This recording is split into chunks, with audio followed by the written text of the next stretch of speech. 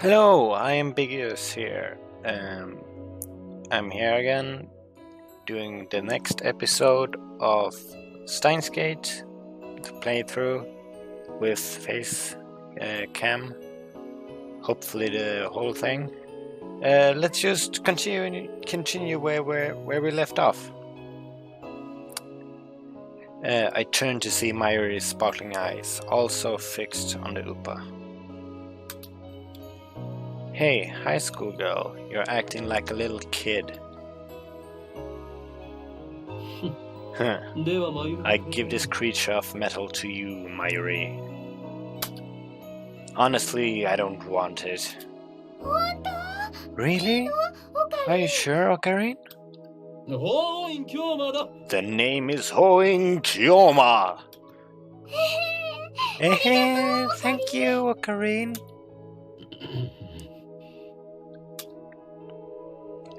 Is she doing it on purpose? Thank you all for coming to Dr. Nakabachi's Time Machine Press Conference. I hear the announcer from the floor above. Sounds like they're starting.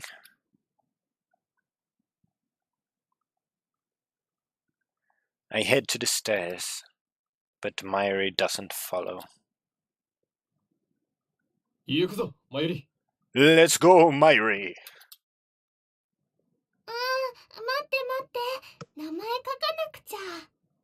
Just a sec, gotta write my name. She's preoccupied with the metal Upa. I go on ahead.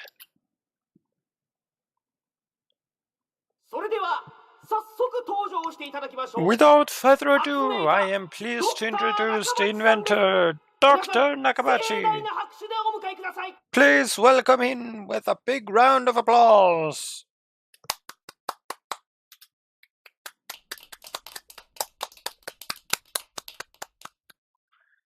Dr. Nakabachi enters to sparse applause.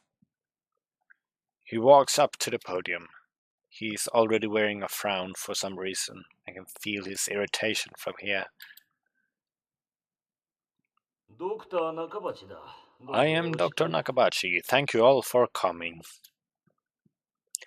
Nakabachi takes the microphone and begins to speak, his voice brimming with confidence. Now then, ladies and gentlemen, allow me to begin with my theory of time travel, the greatest scientific breakthrough of this century.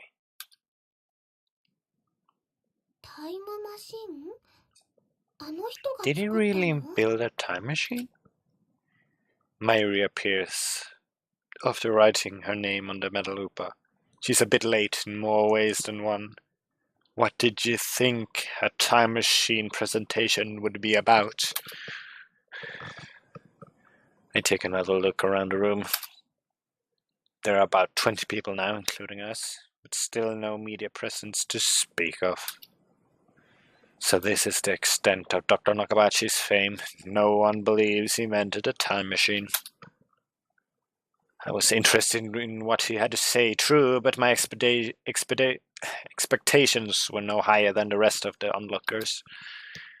And a good thing they weren't, as he proceeds to explain his time machine design. My curiosity quickly turns to disappointment, then anger. Doctor! My roar silences Nakabachi and draws the eye of every person in the room. Do you take us for fools? Who the hell are you? Who the hell am I? Someone who knows you for a fraud, that's who. You stole your theory from John Titor, and you call yourself an inventor?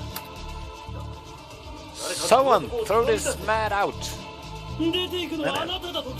You're the one who should be thrown out, Doctor. Have you no shame? Have you no right to call yourself an inventor? Shut your mouth, you little pest. Yes, then someone grabs my arm from behind. Quite convinced it's an official here to throw me out, I turn around to glare him down.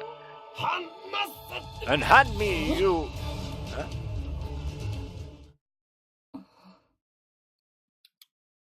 It's a girl about my age. Her intense stare seems to challenge me.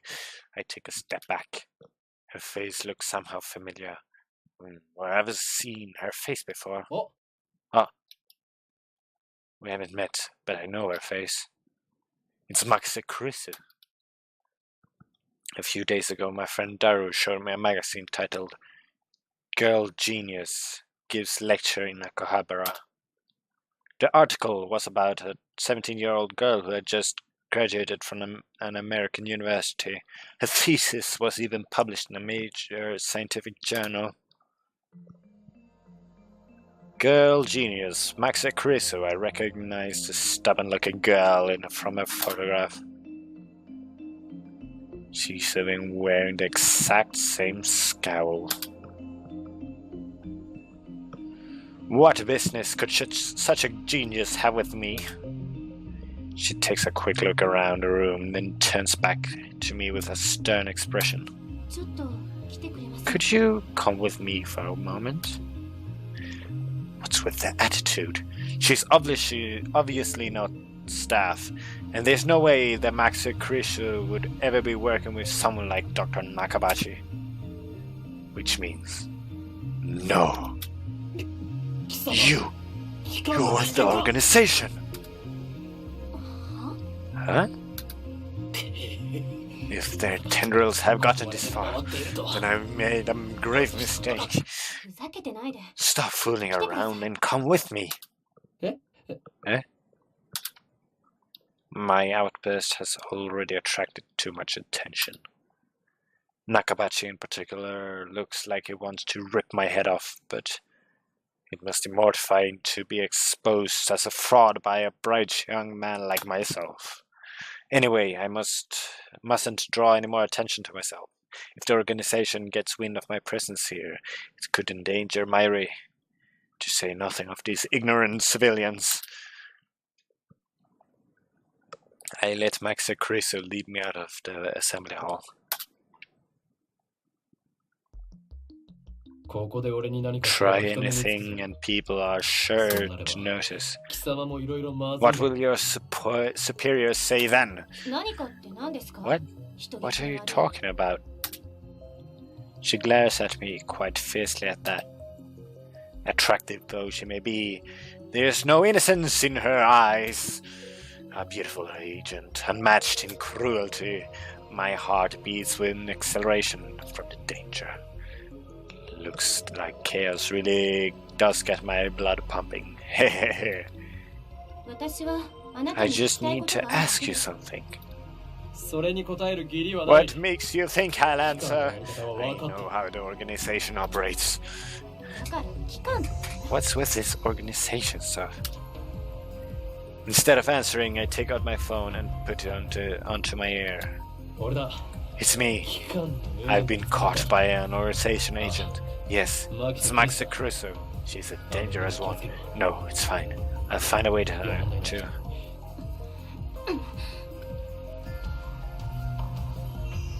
Chrisu suddenly snatches the phone from my hand.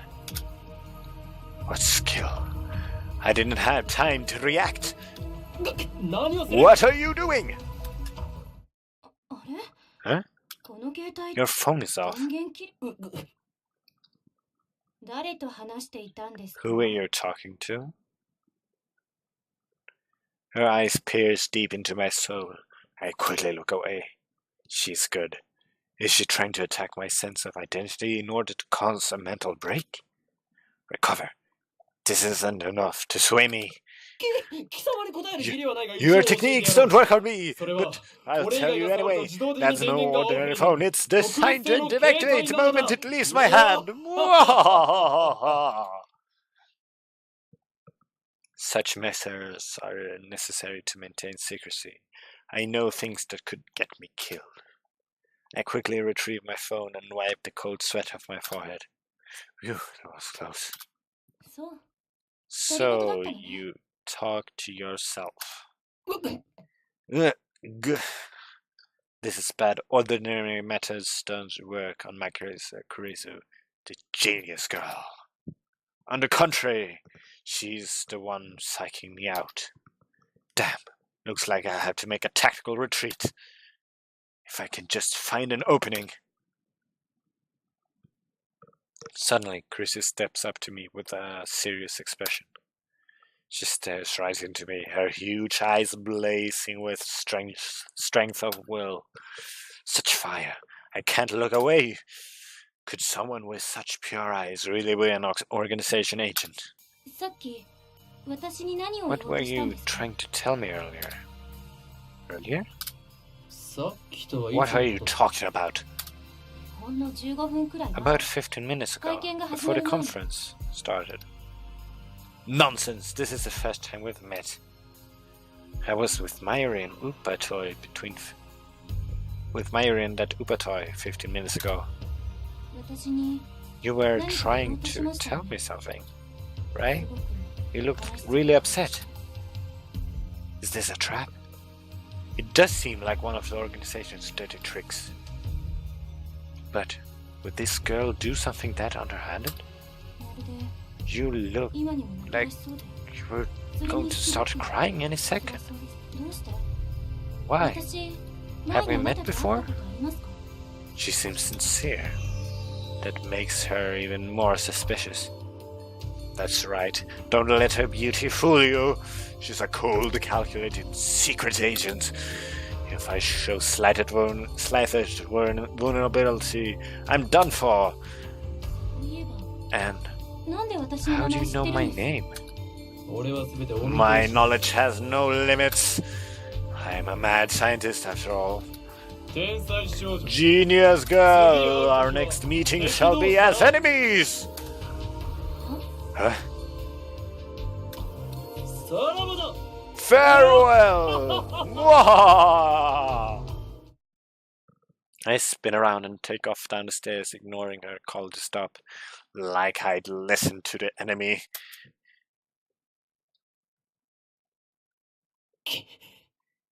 Damned organization. They must be serious if they're sending in agents like her. I run all the way down to the 4th floor and check behind me. Once I'm convinced Max Carisi is not tailing me, I sigh while rubbing my temples. But I can't let them capture me yet. Well then, what do I do now? My mission was to attend the conference and evaluate Dr. Nakabachi's research. Now that I know he's a fraud, there's no real point in going back. I guess I'll just go home. But wait, aren't I forgetting something important? Let's see now. What is it? Damn, I left that Mayuri behind. I know she'd be a liability. I shouldn't have brought her along. I was trying to prioritize her safety, but I got careless. I'll try calling her first. If she's alright, I can just have her meet her here. With that thought in mind, I take out my phone, I turn it on. And it rings just as I do. You got mail? Huh? An email? It's not just a regular email. There's a video attached. And it's from an unknown address. I open the video file with some trepidation. Huh? There's nothing but noise. Is this a prank or some sort of Macro Crisis style attack? Maybe the noise is some sort of make people go away crazy frequency. No wait, I don't remember giving her my mail address, so I'm probably just thinking too hard. I curse myself for being gullible enough to play the video. I have more pressing matters to deal with anyway.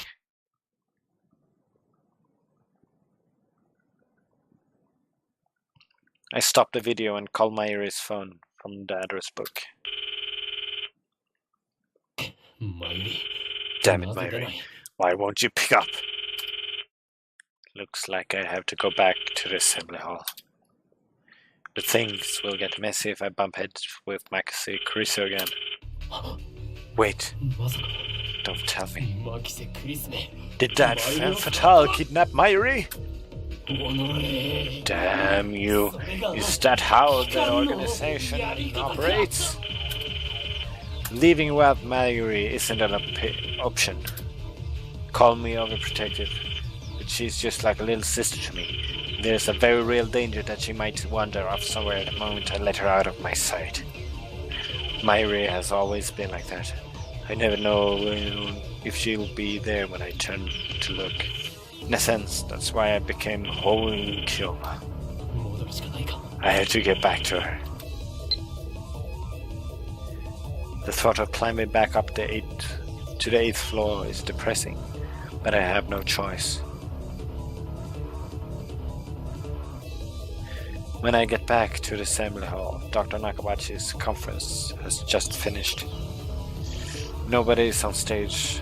The pony inventor has already left. The 20 or so members of the audience are standing to pack up. I soon find Mayuri. She's in the corner looking lost. But at least she wasn't kidnapped. Even better, I don't see Makase Kuriso anywhere. Yeah, looks like I scared her off. So be it, I'll let her go this time. Still, I keep my eyes peeled as I run up to Mayuri. Mayuri, why didn't you pick up? We're leaving. Ocarine, my metal hooper ran away. She turns to me with a forlorn expression. Ran away? What? Is it alive? Is it a little hard to believe? I think I dropped it. I see, so she was looking for it. Not like it really matters. Forget about it, you can always get another one. No way! Metal Hoopas sell upwards of 10,000 yen online, you know? Wait, what? The toy was worth that much? Think, Mayuri, where did you drop it? I don't know. That's why I'm looking. And even if I find it, you can't sell it, okay? Mwahaha. That 10,000 yen will fund my research.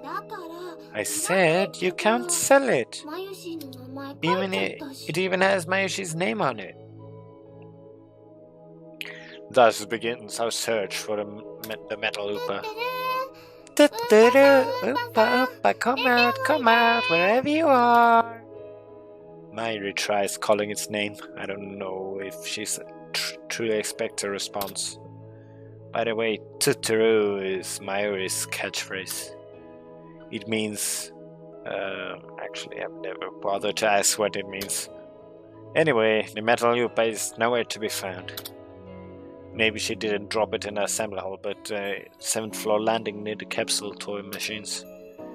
Another possibility that's somewhere with an eye for rare items. Another possibility is that someone with an eye for rare items pilfered it. Just imagining the smug grin of that person's face make me rise in envy. What kind of man steals a helpless girl's toy?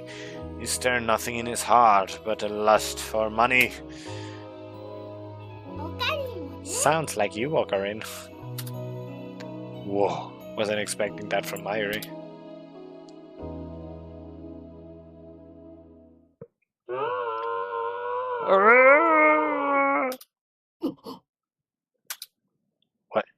What was that? Was that a scream? I think so. Only the presenter and a few other people are left in the assembly hall, including Mayuri and me. Less than half of the audience remains. Everyone looks at each other with anxiously, startled by the scream. Even I cannot suppress a shiver. First explosion on the roof, and now this? What's going on here? Mayuri squeezes my hand tight. Mayuri, ここにいろ。 Stay here, Mayuri. I take a deep breath, prepare myself, and head in the direction of the scream. The echoes lead me down a dark and empty hallway on the same floor. I'm pretty sure it came from around that corner. I crouch down and turn the corner slowly, keeping my eyes and ears peeled for any sign of danger. And there, at the end of the passage, I see it. There is something on the ground. No. Someone. Motionless. Who is it? The clothes are familiar. It can't be.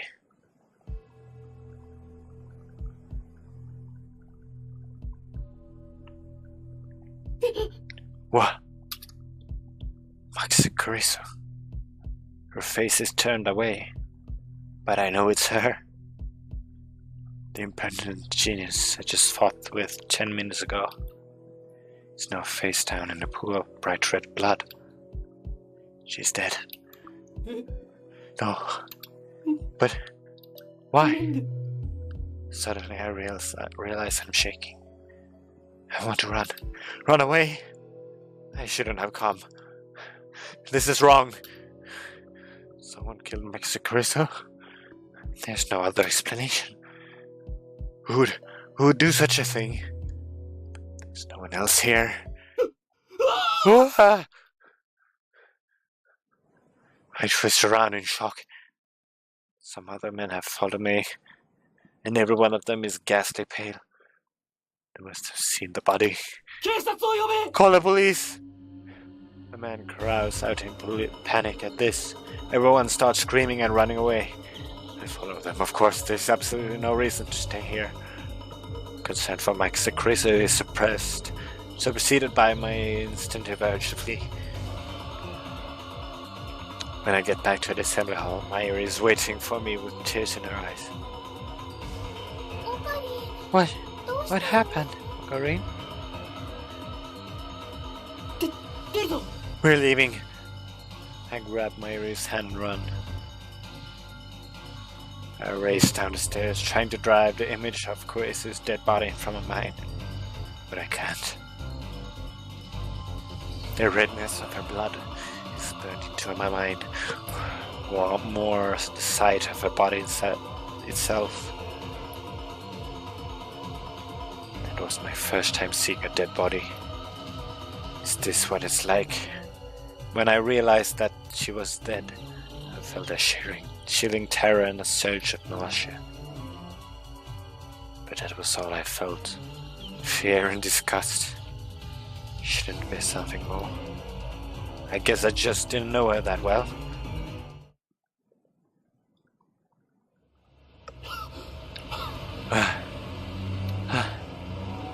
Finally. I finally stop once we get out of Main Street. Chudori. My chest pounds, with my breathing labored from running down the stairs at full speed. Hey, what happened? You look really pale. Mayuri doesn't seem to comprehend the situation. I guess it's because she didn't see the body. She's not even breathing hard. She looks slow. She's actually pretty fast on her feet. Someone died. Eh? I take several steps. Deep breath. The color of that blood still stains my brain. But I've calmed down a bit. Maxi Carissa is dead. And I don't know who the killer is. Sirens in the distance. Yes, an ambulance will be here soon. Then the police will arrive, and this area will become a crime scene. But for now, the crowds are milling through Kakabara. They have no idea what happened. Everyone is going about their business as usual. Never-ending search for electronics, moe and porn. Just another day in Akihabara. I take my phone out from my pocket, perhaps out of reflex. I'm not sure what I plan to do with it. Well, I know. My friend Daro, I'll tell him what happened just now. Since he knows about Maxi Crusoe. I suppose it might be disrespectful of the victim. But my adrenaline is pumping. I can't make calm decisions after witnessing something like that firsthand. It's how humans are, after all. That's the timer for another episode. See you in the next one. Bye bye.